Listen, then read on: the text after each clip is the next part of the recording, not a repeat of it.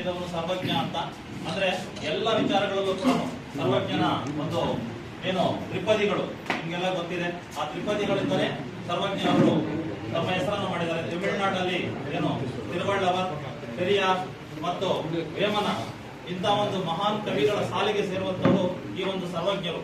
ಸುಮಾರು ಸಾವಿರಾರು ಎಲ್ಲ ತಾಲೂಕು ದಂಡಾಧಿಕಾರಿ, ಸಮಾಜದ ಮುಖಂಡರು ಮತ್ತು ಈ ಒಂದು ಕುಂಬಾರ ಸಂಘದ ಅಧ್ಯಕ್ಷರು, ಉಪಾಧ್ಯಕ್ಷರು, ಎಲ್ಲ ಪದಾಧಿಕಾರಿಗಳು ಕೂಡ ಆಗಮಿಸಿದ್ದಾರೆ.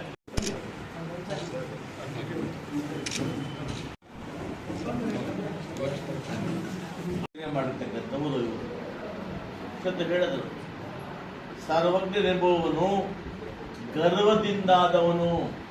ಗರ್ವ ಅಂದ್ರೆ ನಾವು ಕೊಡೋ ಗರ್ವ ಅಲ್ಲ, ವಿದ್ಯೆ. ಯಾವ ಮನುಷ್ಯನಿಗೆ ವಿದ್ಯೆ ಇರುತ್ತೆ ಅವ್ರಿಗೆ ಗರ್ವ ಇರುತ್ತೆ. ಗರ್ವ ಅಂತ ಅಷ್ಟೇ ಮಾಡ್ಬಿಡಿ, ಏನು ಕೋಬಲ್ ಹಾಕೋಕೆ